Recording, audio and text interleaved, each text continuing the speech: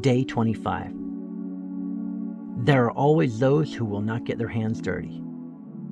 The next section of the fortress was repaired by the men of Tekoa, but their nobles would not put their shoulders to the work. Nehemiah 3:5. Do more than belong, participate.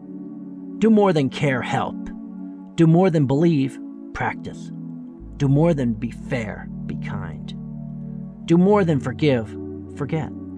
Do more than dream, work. William Arthur Ward. When it is a question of money, everybody is of the same religion. Voltaire. Perhaps most sheeple will go the way of the important people of Tekoa, or Toledo, Tulsa, Tampa, Toronto, Traverse City, Tokyo, or your own town by some other letter than T. It is so much easier to ignore the situation or hope someone else will do the legwork so we can get on with life. But the cleanup on aisle 3 is not punishment, nor is it beneath us. It is the way to the top. Just like in Nehemiah's day, the stakes are high. But those who thought more of themselves than others were actually shooting themselves in the foot. They thought this was a job for the little people. But this was a high calling, a holy moment that would define, unite, and inspire an entire generation. Unfortunately for them, they would miss out on a mission with eternal consequences. The truth for us to ponder is one posed by Dr. Charles Stanley, a truth that sums up what we are made out of. Obey God and leave the consequences to Him. Who are we?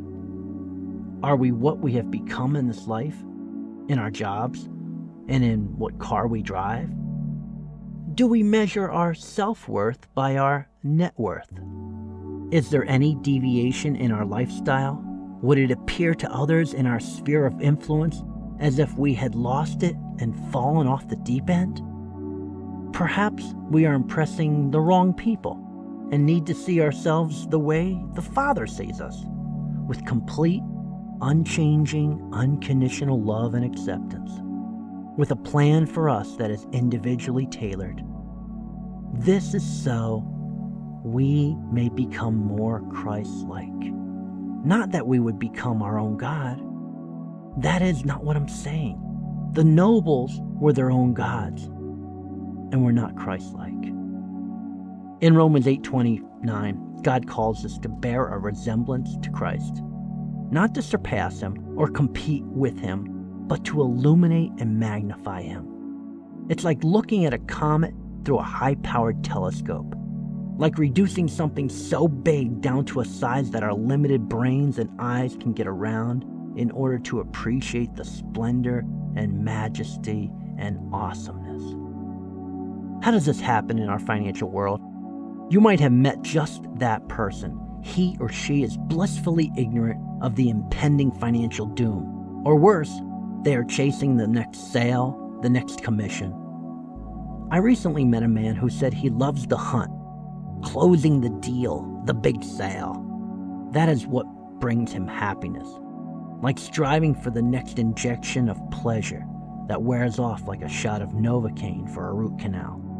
Only this is much more habit-forming. The problem is, you must re-anesthetize that area of your heart to keep the pleasure heightened. What if the nobles could experience an even greater pleasure while also joining in a movement that would more than inspire? It would transform lives forever. God wants to do something similar in your life, in your relationships, and in your finances. You will never know what God has in store for you if you walk away. You will always be haunted by the question, what would have happened if I had followed Christ and trusted in His plan? Live original. Live lives that are set apart in your financial life.